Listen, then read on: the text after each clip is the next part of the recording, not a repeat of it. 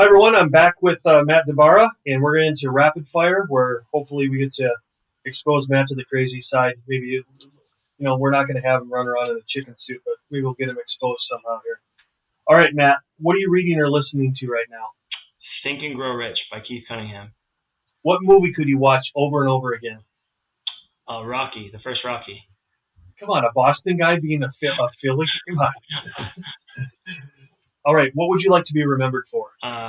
Changing the way construction businesses hire. What is the one crazy thing you'd like to do if there were absolutely no consequences?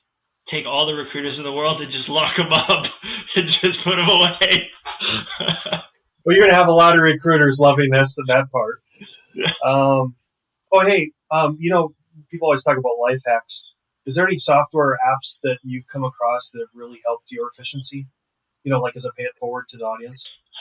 I mean, Aura Ring has been a big one for me for health-wise. Oh, yeah. Can you go a little bit further? Yeah. So I use the Aura Ring. So I work a lot, and sometimes my schedule gets crazy. And so it's a ring that you put on your finger. There's an app. And what I found is that if I ever feel run down and tired, I can predict it like 2 days earlier on the app because it'll show me with my sleep and my readiness score. And I know when to let off the gas a little bit. Who's your favorite person in the world right now and why? Gosh, I mean, there's so many. So many people. Do you have a current mentor or family member or anything that's really inspiring you right now? Jay Abraham is I would say probably among the top for sure. I have to ask this one, even though it's probably pretty obvious. How would your parents describe what you do? Come on now, be honest. Yeah. Probably. We're sending him back. We're sending him back to Naples. We're done with his ass. They'd be proud and probably confused on the hiring side and the tech side a little bit. What do you think your industry specifically will look like in another 5 to 10 years? There's going to be a lot more tech and a lot more automation, and I think we're going to attract an entirely different workforce. I think there'll be an element of pride. Like among anything, I think the trades and the industry in itself is going to be the social currency is going to be much higher. Go back to the tech side.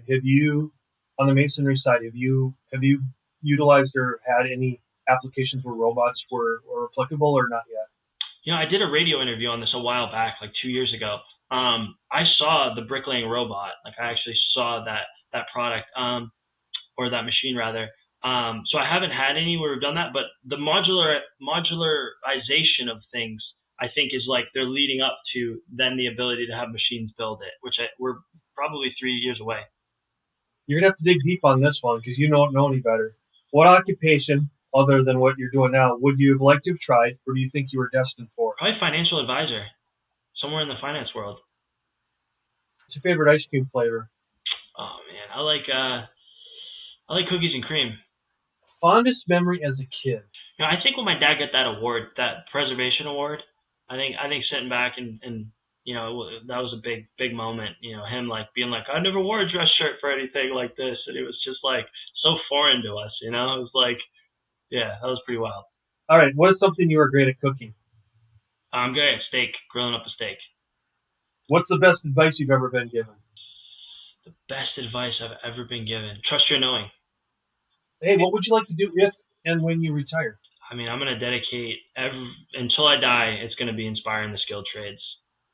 And then, what skill do you think everyone should have? I'd love it if everyone could eyeball level within an eighth of an inch. I think that'd be pretty cool. That's a quarter of an inch out of whack. I think if everyone could do that, that'd be kind of cool. I was at the dentist, and the picture was about 3/4 of an inch off.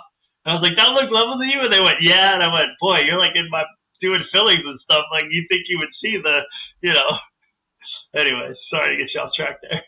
What was your most memorable year and why? Oh gosh, it would have been the year my daughter was born, for sure. Yeah, that's cool. And the reason for that was just the different meaning to everything that I'm doing. How old is she now? She's 2. Yeah, there you go. Yeah. Be that daddy. Yeah, it's been amazing. All right, thanks, Matt.